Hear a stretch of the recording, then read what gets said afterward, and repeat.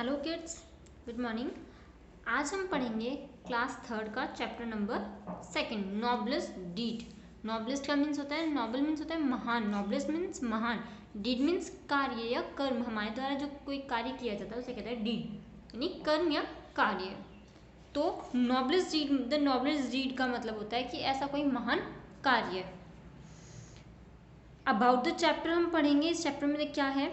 Once there was an old man, कि एक बार एक बूढ़ा व्यक्ति था। Who tested his sons by giving them a task, कि उनके अब जो बूढ़ा आदमी था उसने सोचा कि अब अपने बच्चों का टेस्ट लिया जाए, तो वो अपने बेटों का टेस्ट लेता है उनको एक टास्क देकर, of performing the noblest deed. अब उनको क्या टास्क मिलता है कि एक सबसे महान कार्य जो परफॉर्म करना है उनको। The son who perform the noblest deed was awarded, कि जो भी बेटा, उस ओल्ड मैन का जो भी बेटा है, उनमें तीनों बेटों में से जो भी एक अच्छा कार्य करेगा, एक नॉबलेस्ट डीड परफॉर्म करेगा, उसे एक इनाम मिलेगा। इनाम में क्या था? गोल्ड चेन, सोने की chain, and A costly ring, और एक महंगी, बहुत ही ज़्यादा कीमती अंगूठी। तो ये है चैप्टर जिसमें एक बूढ़ा आदमी अपने बेटों को टेस्ट कर रहा है। तो देखो, पढ़ते हैं इस चैप्टर के अंदर।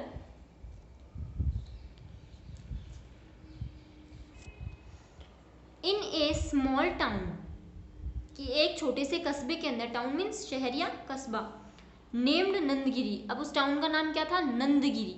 कि एक नंदगिरी नाम के छोटे से शहर में या छोटे से टाउन में there was an old man, वहां पर एक बूढ़ा व्यक्ति रहता था। ही हैड 3 सन्स, उसके कितने बेटे थे? 3 बेटे थे उसके। वन डे, एक दिन, ही डिवाइडेड ऑल हिज प्रॉपर्टी। ही डिवाइडेड का मतलब बांटना, प्रॉपर्टी मतलब संपत्ति, अमोंग मतलब के बीच में, हिज सन्स, कि उसने अपने तीनों बेटों के बीच में अपनी जो पूरी प्रॉपर्टी है उनको बराबर बांट दिया। बट लेकिन retained A gold chain and costly ring, कि एक जो महंगी सी अंगूठी और एक सोने की जो चेन है उसने अपने पास बचाकर रखी। He said to his sons, उसने अपने बेटों से कहा, I give you a 3 months time, कि मैं तुम लोगों को 3 महीनों का समय देता हूँ। Whoever of you perform the noblest of deed, कि अब तुम तीनों में से, वो कहता है, बूढ़ा आदमी कहता है अपने बेटों से कि मैं तुम्हें 3 महीने का समय देता हूँ, तुम तीनों में से जो भी एक नॉबलेस्ट डीड मतलब एक महान कार्य करके दिखाएगा, will get this gold chain and costly ring, कि जो भी तुम तीनों में से एक महान कार्य करके दिखाएगा उसको ये गोल्ड चेन और एक ये महंगी वाली अंगूठी मिलेगी। All the sons walked away, कि तीनों बेटे जो है वो वहां से चले गए। After 3 months all the 3 sons return to the old man, कि अब 3 महीनों के बाद वो तीनों बेटे उस बूढ़े आदमी के पास वापस आए। रिटर्न मतलब लौटना, वापस लौटे।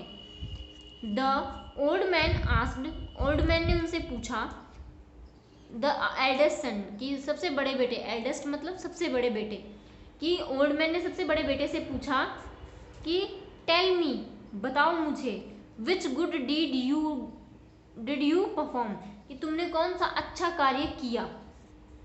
अब वो आदमी पूछता अपने सबसे बड़े बेटे से कि तुम मुझे बताओ कि तुमने सबसे अच्छा कार्य क्या किया, कौन सा कार्य था जो तुमने सबसे अच्छे से किया, कोई अच्छा महान कार्य कौन सा किया।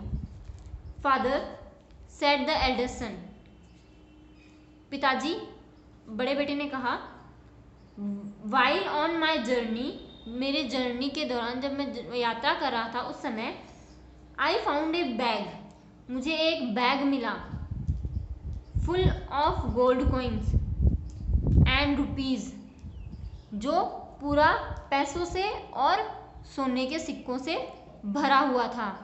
Lying on the road side, और रोड के एक तरफ पड़ा था, सड़क के किनारे मुझे एक बैग मिला जो सोने के सिक्कों से और रुपयों से भरा हुआ था। आई इंक्वायर्ड अबाउट द बैग, मैंने बैग के बारे में जानकारी प्राप्त की, इंक्वायरी की, जानकारी प्राप्त की। Confirm the identity of its owner, और इसके मालिक की आइडेंटिटी, मतलब आइडेंटिटी होती है उसकी पहचान।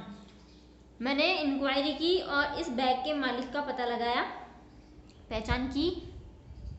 एंड और return the bag to its owner, और उसके मालिक को मैं वो बैग लौटा कर आया। अब उसने क्या किया कि जब वह यात्रा कर रहा था तो उसको एक बैग मिला जिसमें बहुत सारे सोने के सिक्के और पैसों से वह भरा हुआ था। अब उसने क्या किया, अपनी ईमानदारी का परिचय देते हुए उसने उस बैग के मालिक का पता लगाया और वो उस बैग के मालिक को वह बैग लौटा कर आया। अब आगे देखिए।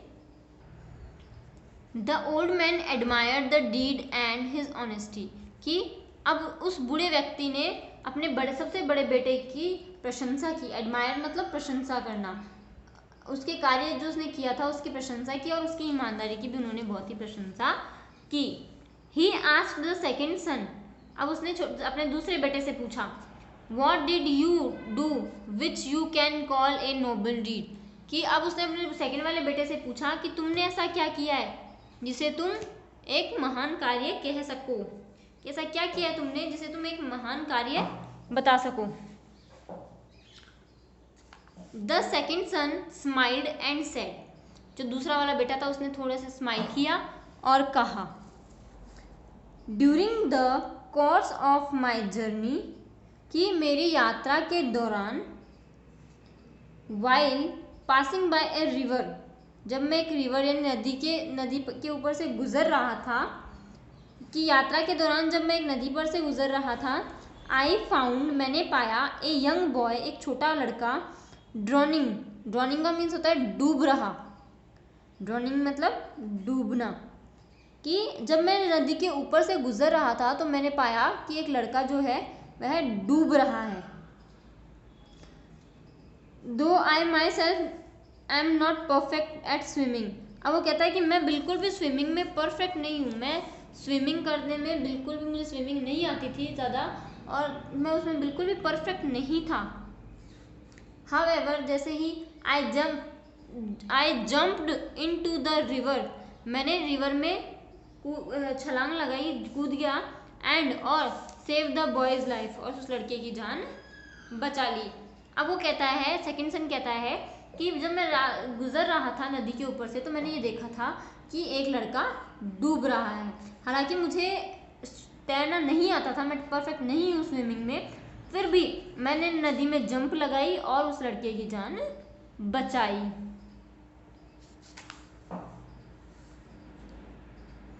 द ओल्ड मैन सेड, कि बूढ़े आदमी ने कहा, your deed is worth praising, कि तुम्हारा जो कार्य है वह बिल्कुल प्रशंसनीय है। It is a noble deed indeed, कि यह भी एक नोबल यानी एक महान कार्य ही है।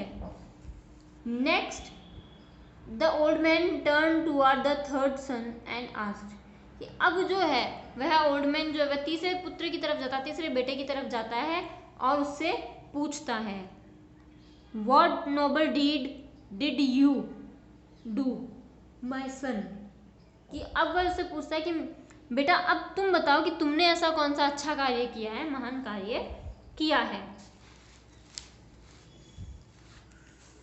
द यंगेस्ट सन सेड, कि जो छोटा लड़का है उसने क्या कहा, सबसे छोटा जो बेटा है उसने कहा,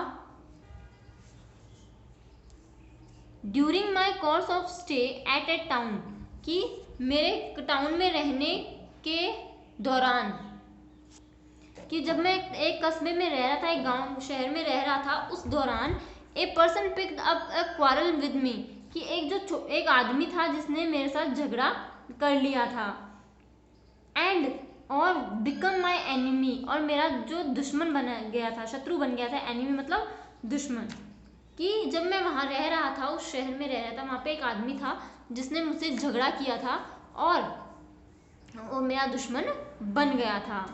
वन नाइट, एक रात को, ही केम टू किल मी, अब देखो कि वो उसका दुश्मन बन गया तो वह उसे मारने के लिए आ गया, कि वह एक रात को वह मुझे मारने के लिए आया।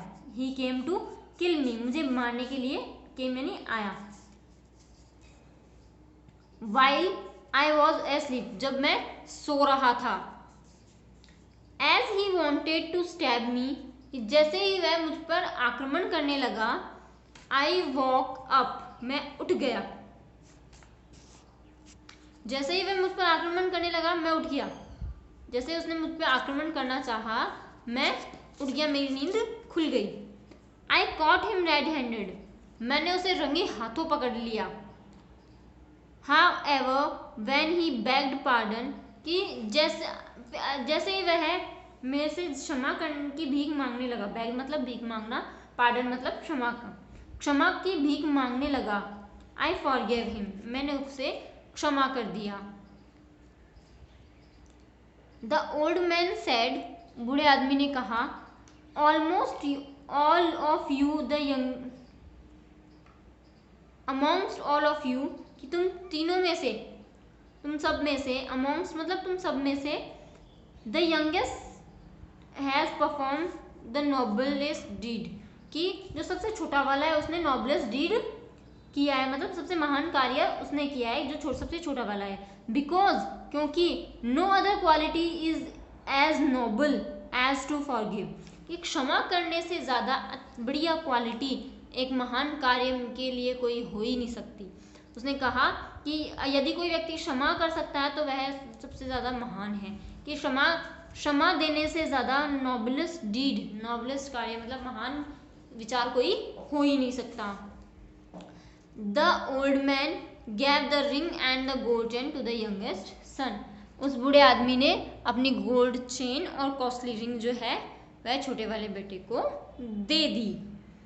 तो इस कहानी से हमें क्या शिक्षा मिली कि हमें हमेशा अच्छा कार्य करना चाहिए, कभी भी लालच नहीं करना चाहिए, जैसा फर्स्ट सन ने किया था, और हमेशा सबकी हेल्प करनी चाहिए जैसा कि सेकंड सन ने किया, और जैसे कि थर्ड सन ने किया। हमें हमेशा किसी की गलतियों को भुला देना चाहिए, कभी किसी को ऐसे परेशान नहीं करना चाहिए। अगर कोई आपको कोई हर्ट करता है और आपसे माफ़ी मांगता है तो आपको हमेशा उसे माफ़ करना चाहिए। तो ये था हमारा चैप्टर जो कंप्लीट हुआ है। नेक्स्ट वीडियो में हम इसके क्वेश्चन आंसर्स करेंगे। तब तक के लिए thank you, have a nice day.